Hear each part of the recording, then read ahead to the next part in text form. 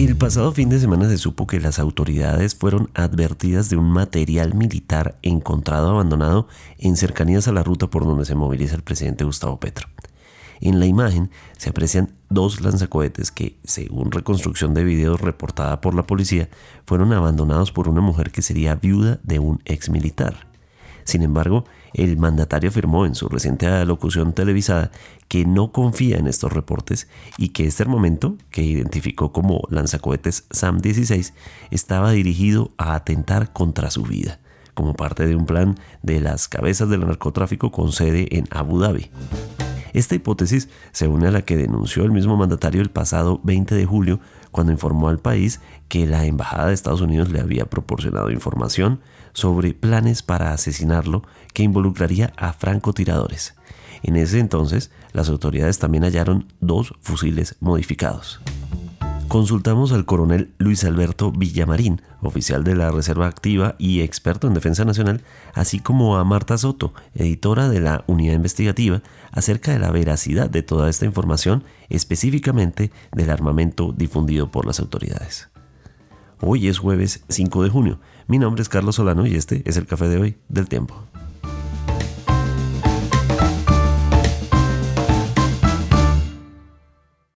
El Tiempo es un medio aliado de The Trust Project.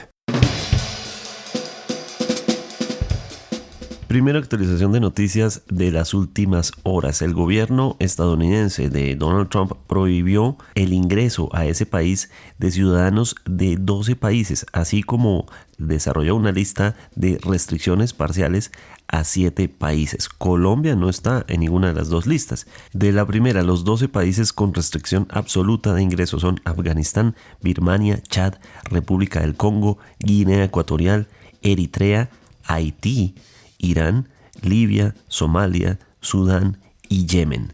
Y los 7 países con restricciones parciales son Venezuela, Cuba, Burundi, Laos, Sierra León, Togo y Turkmenistán. La justificación que dio el mandatario a través de su cuenta en X es: no podemos tener una migración abierta desde ningún país en el que no podamos investigar y examinar de forma segura y fiable. No los queremos aquí, dijo Trump. Lina Escobar es la nueva magistrada de la Corte Constitucional. Fue elegida por el Congreso de una terna presentada por la Corte Suprema de Justicia. En este momento la Corte Constitucional va a ser protagonista. Primero tiene que definir el futuro de la reforma pensional, si la acepta por los denominados vicios de proceso que ha dicho la oposición que hubo en la votación en la Cámara de Representantes. Y por otro lado tendrá que decidir, según el llamado que hizo el presidente Gustavo Petro, sobre el futuro de la consulta popular. La abogada Lina Escobar tiene un doctorado en Derecho de la Universidad del País Vasco, maestría en Derecho Público de la Universidad Externado y Derecho Constitucional y Parlamentario de la Complutense de Madrid. Además, su experiencia le precede. Tiene experiencia en las 3 ramas del poder. En el Ejecutivo trabajó en la Dirección de Asuntos Indígenas, Minorías y ROM del Ministerio del Interior. Fue asesora de Aeronáutica Civil del Ministerio de Educación y contratista de la Registraduría y consultora de USAID. Desde 1996 ha sido profesora en pregrado y especializaciones en diferentes universidades dentro y fuera de Colombia. Y en el Congreso fue contratista de la Comisión Primera de Asuntos Constitucionales, donde ofreció asesoría legal. Además, en la rama judicial fue conjuez y magistrado auxiliar de la sección quinta, encargada de temas electorales en el despacho de la magistrada Rocío Araujo. Hay nueva ministra de Comercio. Se trata de Diana Morales y fue designada por decreto por el presidente Gustavo Petro. Hace un mes el gobierno había anunciado su llegada a la cartera en reemplazo de Luis Carlos Reyes, pero hasta ahora se hace oficial.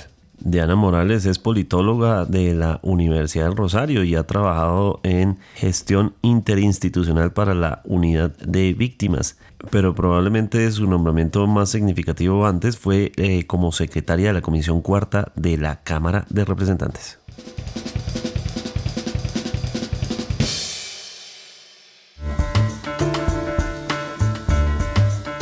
Este martes, durante la locución presidencial, el presidente Gustavo Petro no solo se refirió a la consulta popular, ni tampoco a la reforma laboral, sino que también dijo y comenzó su presentación, su alocución televisada, con información de la que venía hablando el fin de semana a través de su cuenta de Twitter, de planes de atentados en su contra, como unas armas encontradas, dice él, a 3 cuadras de la Casa de Nariño, estaban dirigidas a hacer un atentado y que las autoridades no estaban prestando la atención suficiente. Jaló orejas de la Fiscalía y jaló orejas de la DIPOL sobre por qué no le prestaban la atención suficiente y difundían teorías que, según él, son explicaciones que no tienen sentido sobre la existencia de estas armas. Buenas noches, colombianas, colombianas. Aquí con Augusto Rodríguez hace meses, con la Dirección Nacional de Inteligencia hace meses, venimos analizando una serie de hechos e informaciones que indican que esto no es un solo episodio. ¿Cómo pudo un soldado del año 2020 tener un arma rusa del año 1980 en sus manos? ¿Porque se enamoró de una habitante de calle? Yo no me puedo creer esa versión. A 3 cuadras del Palacio, donde ya no entran tanques de guerra y esas armas son antitanque. Antitanque, quiero explicarlo, producen un calor tan intenso que derrite el blindaje y entra al interior y con el calor mata todo lo que hay ahí vivo. Sirve contra los tanques, obviamente. Sirve contra los carros blindados. Por esa calle solo pasan los carros blindados de la caravana presidencial. ¿Por qué la DIPOL me entregó una versión completamente diferente de los hechos a la que me entregó el embajador de los Estados Unidos, del gobierno Biden? ¿Por qué lo volvieron todo un tema de microtráfico? Acusaron a un muchacho que yo creo que es inteligente y dijeron que solo había 5 kilos de pólvora negra, con lo cual no se podía matar al presidente, y 0 francotiradores, cuando la versión de la CIA fue en manos del gobierno estadounidense que eran francotiradores profesionales. Nunca los buscaron, nunca los encontraron.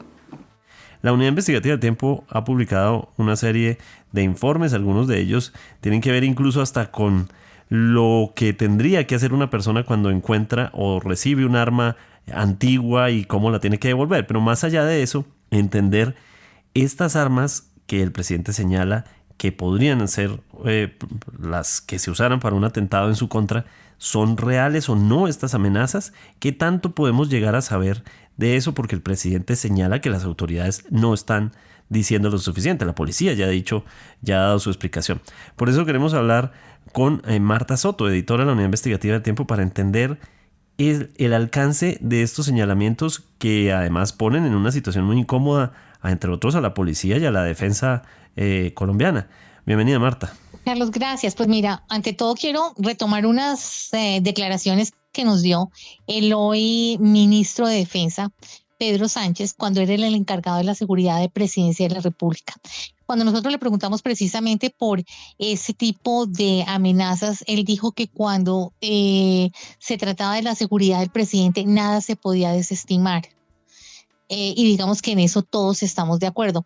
Pero acá el punto es hasta dónde se están contradiciendo las autoridades. El presidente salió a decir que literalmente no le creía a la policía en la explicación que estaban dando sobre el hallazgo de unos lanzacohetes efectivamente en el centro de Bogotá el 20 de febrero pasado, y dijo que ellos habían tenido que enterarse porque ni siquiera les habían dado información.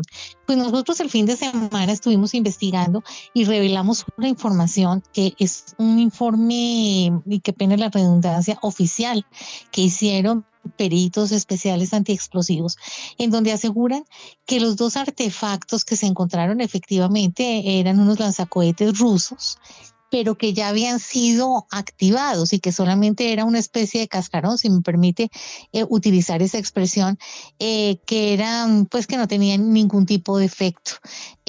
Además manifestaron que pertenecieron o que los tenían más bien en su poder un miembro del ejército. Nosotros revelamos la identidad del militar ya retirado y lo que se alcanzó a establecer es que un reciclador era el que había dado aviso a las autoridades de que existía en un montículo de basura estos dos artefactos. Se hizo un seguimiento, cámaras de seguridad, y se localizó a la persona que los botó, la antigua pareja sentimental del militar, en donde dijo que cuando ya había terminado su relación, el señor se había ido, parece que está en condición de calle y había botado los artefactos. Esa es la información oficial. El presidente dice, no creo, que no cree, que se enamoró y que el reciclador y que la basura, etcétera, etcétera. Y aquí hay dos cosas muy importantes. La primera, si realmente, como está diciendo el presidente, se está desestimando otra versión relacionada con un plan para atentar en su contra. Y la segunda, que es clarísimo, que le acaba de enviar un dardo directo a la policía en donde dice que no confía en lo que dicen las autoridades, por lo menos en este caso.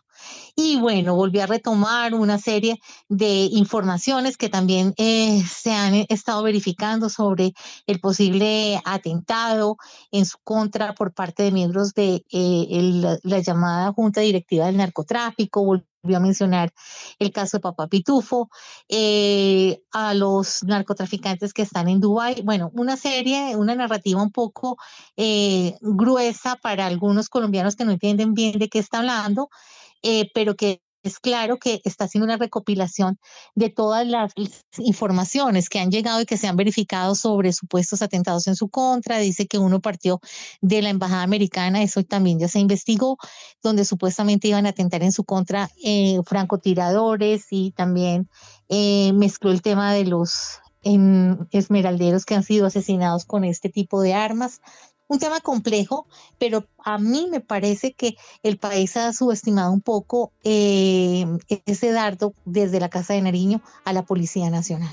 Habla el presidente de que este tipo de aparatos los usó la guerrilla del M-19 en su momento. Se refiere a condiciones técnicas como que, por ejemplo, el disparo de una de estas armas se calienta a 1000 grados y puede en ese sentido romper cualquier tipo de blindaje. Dice que son reutilizables. Se refiere a estas armas que, perdón, cito una anécdota personal, pero en el mercado de las pulgas del centro en Bogotá hay un vendedor de antigüedades que tiene un lanzacohetes a la venta. Es una curiosidad que tiene un señor que la vende ahí. ¿Cómo llegan esos lanzacohetes a la casa de un militar antiguo? ¿Qué clase de ejercicio técnico operativo militar llega un arma de estas características?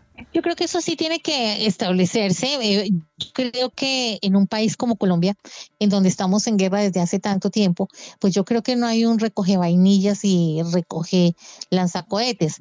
Nosotros, por ejemplo, cuando cubrimos varias de las tomas guerrilleras a pueblos completos en Caquetá, cuando llegábamos al lugar de los hechos, encontrábamos por todos lados vainillas de todo tipo de armas, armas cortas, armas largas, armas un poco más complejas, que yo me imagino que nadie se ocupa de recoger este tipo de elementos pues de guerra. Yo me pregunto, ¿todas esas balas que ya están utilizadas pueden ser reutilizables? El presidente tiene la teoría de que sí. Hay otros que aseguran que es un tema bastante complejo, que se trata de lanzacohetes de un solo tiro, y tendría que haber un proceso bastante complejo para volverlos a utilizar. Y lo más importante es que hay videos en donde estas dos personas pues están simplemente abandonando los dos artefactos en una lona blanca, en un montículo de basura. Por eso es que nosotros empezamos a averiguar incluso con las propias fuerzas militares de qué deben hacer las personas cuando heredan algún tipo de armamento o alguien por curiosidad recoge este tipo de vainillas de una guerra que ha vivido Colombia durante tantas décadas y pues efectivamente hay una ruta bastante compleja, si quiere que se lo admita, en donde tienen que entrar a una página y escribir el nombre de la persona que le dio las armas o de la persona que las quiere entregar, sacarle fotos, conseguir la partida de nacimiento de la persona dueña del arma o la que la quiere entregar. Bueno, una cantidad de cosas que uno dice, bueno, en un país como Colombia debe haber como una ruta más expedita, una amnistía, alguna jornada de entrega de este tipo de armas que tal vez, como pasa con el señor que usted me narra, pues alguien las toma por curiosidad. Pero el presidente dice, no creo lo que me está diciendo la policía y pues tanto así que se está investigando y de una vez le digo que la Unidad Investigativa del Tiempo va a sacar una nueva entrega de las investigaciones sobre este tema de los lanzacohetes y le prometo que tengo por lo menos 2 datos bastante llamativos.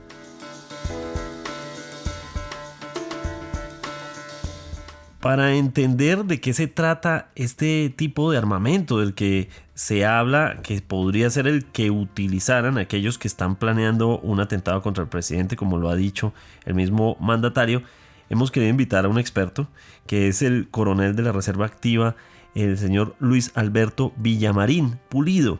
Es, como decía, coronel de la Reserva Activa, especialista en defensa nacional, en geopolítica y en estrategia. Es autor de una larga lista de libros y de artículos relacionados con estos temas, fundador del Centro de Geopolítica Colombia y del Centro de Pensamiento de Excelencia. En fin, es un gran conocedor y analista además de todos estos temas. Le agradezco mucho por su tiempo, coronel. No, Carlos, muchas gracias, muy amable por la invitación y un saludo especial para toda la audiencia. ¿Usted ha visto las fotos del armamento que fue exhibido como encontrado en cercanías a la ruta donde se movilizaba el presidente? Sí, pues lo que se ha publicado por los medios y lo que uno más o menos mira en el tweet y en el WhatsApp, pero sí, más o menos tengo una idea de lo que dice el señor Petro, que de la clase de armamento con el que supuestamente iban a atentar contra él. Oigamos cómo definió el presidente Gustavo Petro en la locución los lanzacohetes encontrados. Usó varias referencias. Un arma rusa RPG-7 que, como han dicho, no es que sea inutilizable una vez se dispara, sino que es reutilizable, a diferencia de los M72 que nosotros llegamos a tener. 1982 se desbarataron. ¿Cómo es posible en el año 2022? También a través de su cuenta de Twitter se ha referido a SAM-16, es decir, que estos lanzacohetes tienen las características del SAM-16, que es un lanzamisiles sobre la superficie. ¿Son estos SAM-16? No, el señor Petro está especulando, está hablando. Primero, misil es una cosa y cohete es otra cosa. Las armas antitanque tácticas, como su nombre lo indica, pequeñas, son de unidades o de infantería mecanizada, de infantería blindada o de caballería. Y como su nombre lo indica, son antitanques y se utilizan en espacios muy reducidos. Un arma antitanque máximo 100 metros, eso ya tiene que ser un tirador muy experto el que la utiliza. Claro, en la guerra de Ucrania han aparecido otros como los Javelin y otros, pero de eso no estamos hablando hoy. De estas, primero un misil SAM-16, eso es ya misil, tiene que ver ya con otro sistema de artillería, de defensa aérea, de ataque, completamente diferente a esto. Y lo que se ve ahí, lo que más o menos se dilucida, es hablemos de las carcasas de unos rocket antitanques que los han tenido varios ejércitos. Aquí Colombia tuvo los M72. Inclusive, si le hago un paréntesis, con un M72 en los años 80 fue asesinado en Asunción del Paraguay el señor Somoza, pero fue un disparo pues muy cercano. Un rocket antitanque de ese modelo y de esa carcasa no tiene ni larga distancia, ni mayor precisión, ni mucha efectividad, pero contra un tanque sí. Y no tiene precisión porque no es inteligente, como las armas de ahora que hacen seguimiento y pueden golpear el blanco. La referencia a Somoza merece una atención específica porque vendría siendo un referente de este tipo de atentados a los que el presidente Gustavo Petro está haciendo referencia. El 17 de septiembre de 1980, el dictador Anastasio Somoza, quien había huido a Asunción, Paraguay, se movilizaba en un vehículo Mercedes-Benz que, según las imágenes que muestran los archivos históricos de ese momento, quedó absolutamente destrozado, muriendo las personas que estaban adentro, Anastasio Somoza y sus acompañantes, sus guardias de seguridad, familiares también que se encontraban en el vehículo. Así lo registraba en ese momento una cadena de televisión local. Advertimos que la música que suena de fondo fue agregada por un informe transmitido por la televisión nicaragüense. Una bomba ha sido lanzada a un automóvil que, como ustedes ven en estos momentos, ha quedado prácticamente destrozado. Un comando formado por 4 hombres y 3 mujeres entrenados en Cuba monta una elaborada maniobra con un ataque de cohete RPG-7 contra el Mercedes blindado de Somoza, que requiere de 2 detonaciones de cohete y no menos de 60 disparos de armas semiautomáticas para acabar con la vida de Anastasio Somoza de Baile.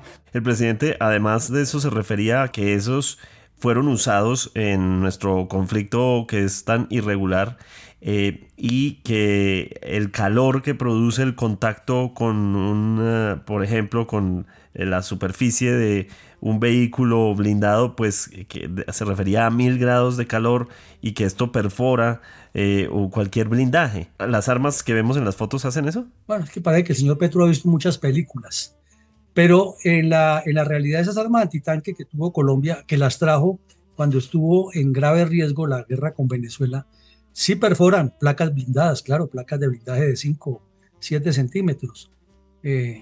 Decir que se sube a 1000 grados la temperatura, eso ya es comenzar a hablar de cosas que uno poco domina. Pero sí hubo esas armas aquí, no se usaron nunca en el conflicto interno en Colombia, como dice el señor Petro. Eso se usaron fue en combate, en técnicas de entrenamiento. No hubo la forma de seguir abasteciendo a Colombia con las actualizaciones que llegaban. Y esas armas por obsolescencia se fueron acabando. Le comentaba a uno de mis colegas recientemente que una carcasa muy similar, un señor en el mercado de las pulgas del centro vende una, la tiene exhibida en una tienda como una antigüedad que podría comprar cualquier persona. Dice desde los informes de policía que es que cuando esto se dispara, esto no puede volverse a usar. El presidente usa el término reutilizable. ¿Son reutilizables? No son reutilizables, no. Inclusive, mire, cuando eso llegó a Colombia, más o menos en la época que llegó a Colombia, yo era subteniente. Y a nosotros nos enseñaron cómo funcionaba esa arma y como no había recursos para no recargarla, sino el reabastecimiento. O sea, entrenarnos. Entonces lo que hicieron fue que un mayor que se llamaba Ariel Roldán Materón se inventó colocarle una ojiva de calibre 22 y con ese era que íbamos a los polígonos a ensayar y decíamos que habíamos entrenado con armas M72. Y luego esas carcasas, después de que se dispararan, porque digamos que iba una compañía de 150 hombres a disparar, pero no había sino 5 disponibles para disparar. Entonces esas carcasas pues se desechaban porque no tenía un inventario posterior. Entonces por eso terminaron en el mercado y es posible que terminaron en la casa de un suboficial, de un soldado, en el mercado de las pulgas, como usted dice, pero no se pueden reutilizar porque la fricción, ahí sí la temperatura que produce deforma el tubo y además porque se necesita armar un cohete igual con toda la tecnología y la carga explosiva, las espoletas que le dan la dirección, la misma roscadura interna que tiene para generar la salida del cohete hace que con la fricción se dañe y no se pueda volver a utilizar para eso. O sea que esté especulando y hablando por hablar. Bueno, coronel, voy a hacer una pregunta desde la absoluta ignorancia. Según lo entiendo, entonces, esa arma viene toda armada, ya viene con el proyectil o la pieza interna adentro, no es modificable. Sí, exactamente. Mire, el arma es un tubo y ese tubo tiene una asa de transporte que el soldado se la coloca a la espalda como la tula que usábamos en secundaria nosotros. Así la carga, como una tulita. Y resulta que eso tiene una tapa delantera y tiene un tubo que se ala hacia atrás e inmediatamente queda cargado para dispararlo. Entonces el soldado la coloca sobre el hombro, la parte de atrás queda por encima del hombro para evitar que el fogonazo lo vaya a herir y el soldado queda mirando por una mira telemétrica aquí. Entonces en la mira telemétrica tiene de 1 a 200, quiere decir que su máxima capacidad son 200 metros. Entonces, uno mira y donde más o menos el ojo hace línea de tiro con el objetivo, entonces oprime lentamente un disparador que tiene aquí y suelta un fogonazo. Por eso atrás del soldado no debe haber nadie porque sale fuego y hacia adelante sale el disparo e impacta. Si la persona no tiene la firmeza y no lo apoya bien en el hombro con una tapita que se le sale, pues inmediatamente el cohete sale hacia arriba. O sea, eso tiene una técnica especial, hay que entrenar mucho a la gente. Pero vuelvo y le repito, después de que está armado y usted la dispara, no hay forma de volverla a usar. De acuerdo, ni siquiera con una modificación enviándolo a Estados Unidos o algo así. Es que sale más caro el collar que el perro, Carlos. Imagine usted cuánto cuesta hacerle una modificación y eso lo tiene que hacer es una empresa, porque es que eso está científicamente probado. O sea, un arma cuando sale al mercado es porque le han hecho 1000 pruebas de resistencia al calor, al frío, a que soporte el peso, a que, por ejemplo, sí es cierto que se puede reutilizar porque los terroristas podrían recargarla. Y eso no es cierto, eso no es, está especulando el señor Petro. Además, es habitual, usted decía que en el caso de Somoza lo usaron para atentar contra el vehículo en el que se movilizaba. Es decir, la destrucción que haría esto sería, por ejemplo, destruir un carro completamente. Pero además del caso de Somoza, ¿es habitual que se use para este tipo de acciones? No, es que esos cohetes se los utilizó Estados Unidos al final de la guerra de Vietnam contra los equipos o las caravanas que cargaban suministros, digamos, en la ruta esa famosa que unía Camboya con Vietnam. Y luego los trajeron a Latinoamérica. Colombia trajo muy pocos, pero realmente en el mercado, por ejemplo, en Estados Unidos, usted los consigue. Y nada raro que usted entre a eBay o a Amazon y diga, quiero una carcasa de cohete M72 y él aparece. Eso no es del otro mundo. Pero el tema aquí es que ni se pueden reutilizar, ni se puede descartar tampoco de que existan todavía algunos. Armados, o sea, todavía usables. Ah, sí, claro, porque es que recordemos que Estados Unidos dotó a la contra nicaragüense en los años 80 y muchas de las armas de la contra terminaron en los grupos terroristas de aquí de Colombia y otros. Pero en mi experiencia personal nunca le encontramos ni a las FARC ni a ningún grupo este tipo de equipos. Sin embargo, eso no quiere decir que no haya de pronto en el mercado uno que otro, ¿no? Marta, no es el primer reporte de un plan para atentar contra el presidente. En aquel 20 de julio en el que el presidente casi no llega al desfile militar, argumentaba que había recibido información de la Embajada de Estados Unidos. Había información que han publicado medios cercanos a presidencia refiriéndose, por ejemplo, a un arma semiautomática deportiva que era una especie de fusil de largo alcance de un color rojo. Es decir, hay una serie de curiosidades en torno a todos los detalles. Hubo una maqueta del Palacio de Justicia que también generó mucha discusión sobre esto, qué era lo que pretendían hacer. Pero por otro lado, la familia de Francia Márquez ha recibido verdaderos ataques contra su integridad. Es decir, ¿hasta qué punto estamos en algún riesgo de desestimar que sí haya un plan real? Pues bueno, acuérdese que el primer consejo de ministros que fue televisado ese 4 de febrero, que bueno, estalló toda un fraccionamiento en el petrismo por cuenta de Benedetti y de Laura Sarabia. Cuando levantó la mano la vicepresidenta, que en esa época tenía pues mucho protagonismo, ya no, en el gobierno de Gustavo Petro, ella contó sobre esos hechos que usted nos está diciendo, el ataque a una camioneta donde iba el papá, pero aquí tenemos que tener mucho cuidado porque no son atentados directos contra la vicepresidenta de la República, porque creo que eso habría disparado todo tipo de alarmas. Estamos hablando de que ellos se mueven por un sector del país que está en conflicto y que a veces yo creo que a muchos en el gobierno se les olvida que es todo lo que tiene que ver con el Cauca, Suárez Cauca, todo lo que tiene que ver con el Plateado. Entonces, digamos que es como una alta funcionaria del gobierno vive en carne propia con su familia lo que viven cientos de colombianos en estas zonas que están bajo el fuego. Entonces yo creo que hay que hacer ahí una diferencia. En cuanto a los otros hechos, el presidente decía que en la COP también, cuando estuvo en la COP 16 también lo alertaron sobre un plan supuestamente para atentar contra su vida. Habló también del el 20 de julio, y ahí hay un tema específico porque nosotros llegamos hasta el abogado que entregó la información a la embajada y él dijo, mire, fue un cliente mío, mafioso, por supuesto, preso, por supuesto, quien dijo que el Clan del Golfo tenía algún tipo de articulación con mafiosos para un atentado de este tipo. Cuando se le preguntó específicamente por un nombre que el presidente suele lanzar en sus alocuciones, que es Julio Lozano Pirateque, que es un ex narco esmeraldero, que nosotros lo ubicamos en Dubái, y que niega cualquier vínculo con este plan, él dice, yo nunca lo mencioné. Y ahí hubo un par de personas que luego se retractaron.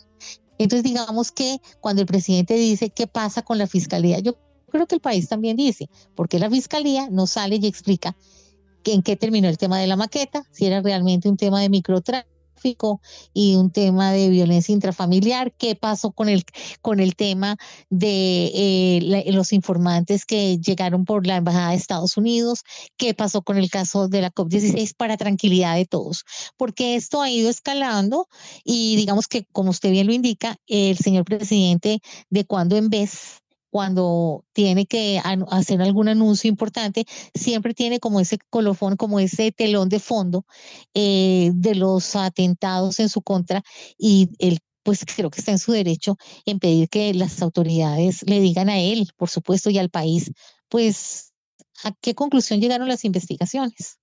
Informes como el de la revista Raya, cercana al gobierno del presidente Gustavo Petro, señalan que en ese 20 de julio, alrededor de esa fecha, fueron encontradas esas armas.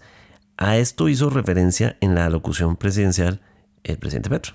Yo ya había pasado por un acontecimiento que investigamos sobre la entrada de francotiradores a Colombia para disparar desde la séptima con 19, información del embajador de los Estados Unidos, con direcciones geoposicionadas de los apartamentos que había alquilado. Ellos pensaron que iban mordisco para dispararme desde ahí el 20 de julio.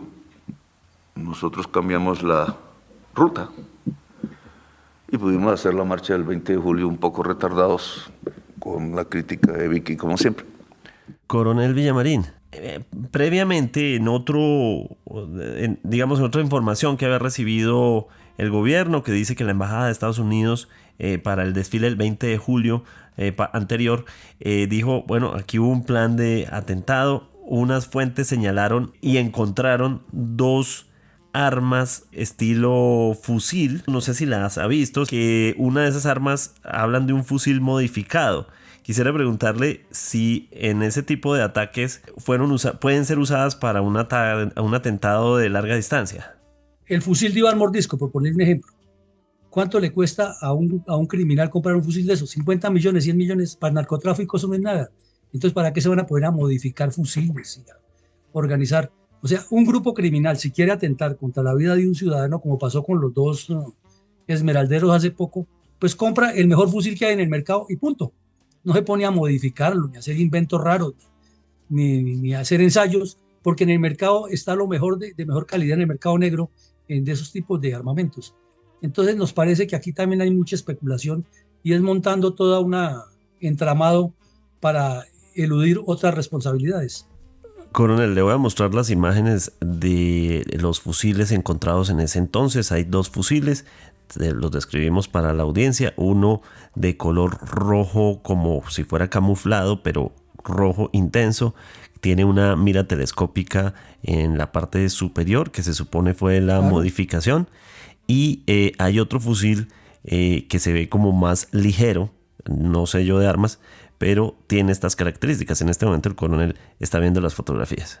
La estoy viendo y veo sobre todo la de abajo, tiene mucho el aspecto de un fusil de francotirador, pero es que me llama la atención es que los fusiles de francotirador generalmente son de un solo disparo y son de acerrojar, porque los fusiles de ráfaga son de infantería y de apoyo de combate. Claro, tiene proveedor.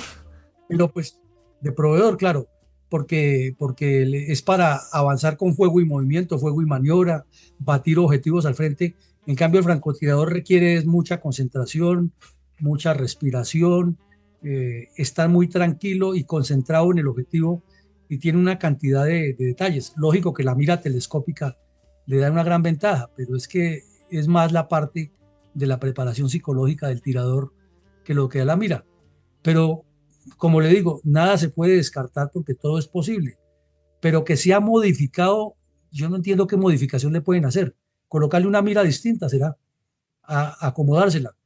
Pero ya una modificación técnica a un fusil tiene que hacerles una fábrica de fusiles. No hay otra fórmula. Claro, de acuerdo. Y la peculiaridad del color rojo llama mucho la atención, es decir, ¿eso es normal? No es normal, sí, porque si la utilizan francotiradores, siempre, por ejemplo, si es para operar en zonas de nieve, el fusil es blanco. Si es para operar en zonas de desierto, sí, la selvática verde, lógico, y camuflado. Y si es en zonas desérticas, es amarillo. Entonces, o un color como dorado tipo desierto. Entonces, pues aquí parecería como un arma deportiva, pero, pero es que hay tanta innovación que hasta los coleccionistas de armas se quedan cortos en las descripciones de todo esto. Coronel, hablemos ahora de la idea del presidente Gustavo Petro de que hay unos planes constantes de asesinarlo, es decir, de que después del que hubo uno de francotiradores, hubo otro que tiene que ver con lanzacohetes, y habla también de uno con unas volquetas que iban a ser llenadas con explosivos que iban a ser detonados tan pronto pasa. Es común, si bien no es que haya tantos registros sobre este tipo de cosas, se puede pensar que es común que haya un plan tras otro para atentar contra un presidente o contra una figura del tamaño del presidente. Pues mire, contra Donald Trump intentaron asesinarlo y luego pasó lo mismo, ¿no? Que apareció un tipo que sí, que no, y a eso quedó ahí en veremos y se volvió fue en política, en difusión. Pero generalmente los atentados se hacen, no se anuncian, y eso así actúan los terroristas. Entonces ya 4 cuentos y que llegó tarde a la ceremonia militar, que porque ese día la embajada le ha advertido, cuando las versiones son otras, pues no es muy creíble. Y si estuvieran decididos a hacerlo, los grupos que él dice del narcotráfico ya hubieran atentado contra él. Nos parece que más bien es como la creación de una narrativa que se va reciclando con el tiempo para mantener una idea de que eso existe, pero no hay ninguna forma de demostrarlo. Él dice que la CIA lo advirtió y la Embajada de Estados Unidos, a mi leal saber y entender, nunca ha dicho abiertamente eso es cierto. Y por último, volviendo al tema de los lanzacohetes, coronel, parte de lo que ha dicho el presidente a lo largo de este fin de semana y en su alocución presidencial es que la DIPOL no prestó no hizo las gestiones suficientes para encontrar las pruebas, para investigar, por ejemplo, este caso de los lanzacohetes, que no ha habido una colaboración, y da a entender que esto significaría, como en cierta forma, no tanto como colaborar, pero no uso esa palabra, pero sí se abre la puerta de por qué la DIPOL no está haciendo lo que se necesita hacer. ¿Usted qué piensa al respecto? Me parece que es una forma de distraer la atención, de generar la sensación de que él es una víctima, de dar a entender que dentro de las fuerzas militares y la policía hay personas que estarían pensando en atentar contra él, lo cual no está probado, y también poner en cuestionamiento la capacidad operacional de la Dirección de Policía de Investigaciones. Pero ahí hay otra cosa. La Dirección de la Policía de Investigaciones mostró que inmediatamente se localizó ese material, se le entregó a la Fiscalía y se le pasó ya en la Fiscalía a la que por medio del CTI, y si requiere apoyo de Policía Judicial, lo pide, pero no puede haber 2 investigaciones en paralelo y la Fiscalía tiene prevalencia. O sea que aquí hay otros aspectos que dejan mucho que dudar de la veracidad de esa información. En su opinión, coronel, ¿qué es lo que más le llama la atención de las denuncias que ha hecho el presidente Petro?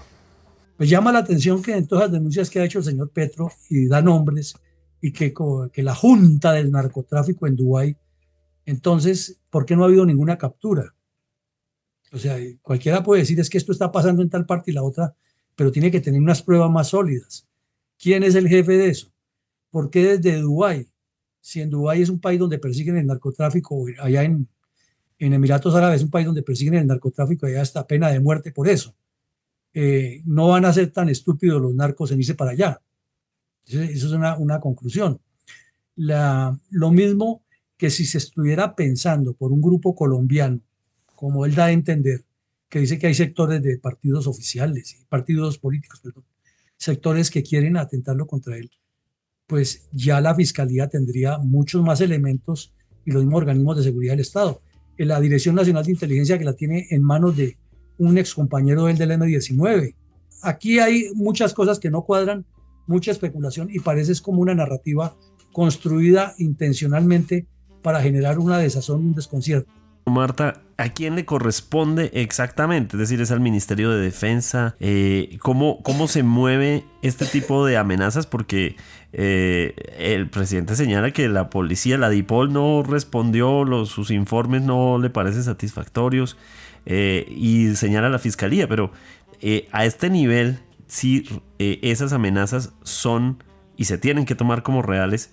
En algún punto, ¿quién termina evitando o controlando o combatiendo si no es la policía? Es decir, ¿cuál es el escenario posible para que el país no viva en la zozobra de que al presidente lo quieren matar? Pues el gobierno, sin duda alguna, tiene un componente importante de seguridad, no solamente para el presidente, sino para la familia presidencial y los altos dignatarios y ministros. Hay algunos ministros que también tienen un nutrido esquema de seguridad que están en la Casa Militar, en Casa de Nariño. Acuérdese usted que antes de llegar al Ministerio de Defensa, ahí estaba Pedro Sánchez y que heredó el puesto del coronel Feria, el del escándalo de Marelvis Mesa, la niñera de Laura Sarabia, y que ahora está un general, el general retirado de la policía, el general Guatibonza, muy conocido por muchos porque fue comandante de la policía de Bogotá.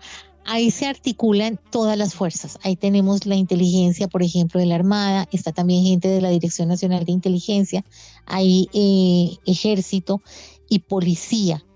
Y ellos son los que se encargan de la seguridad del señor presidente y de los temas de inteligencia. Pero, por supuesto, aquí como hay una división de poderes que hay que respetar, quienes investigan este tipo de atentados o por lo menos de conato de atentados, pues están en la Fiscalía General y en la Policía Judicial también, que tiene la DIJÍN, o que tiene la DIPOL, que tiene las diferentes direcciones de la Policía Nacional, que ellos tienen experticia en estos casos. Pero pues en este caso específico de los lanzacohetes, el presidente dice, no creo. Así que esperemos a ver, esto ya está en manos, porque pues obviamente la Policía Judicial de la Policía Nacional judicializó el caso ante la Fiscalía. Nosotros revelamos en manos de qué fiscal está, y lo que necesitamos es celeridad en este y en otros casos, pero específicamente en este caso, para saber si la policía está diciendo la verdad.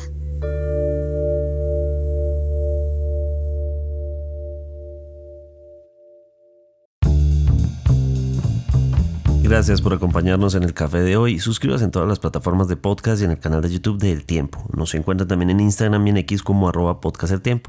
Además, si quieres recibir a través de WhatsApp la notificación de cada nuevo episodio, siga el enlace que se encuentra en la descripción o envíenos un mensaje con la palabra suscripción al teléfono 320-300-5327 y haga parte de la comunidad de El Café de hoy. Este episodio fue producido por Pedro Sánchez, homónimo del ministro de Defensa, ninguna relación. Mi nombre es Carlos Solá. Podcast El Tiempo.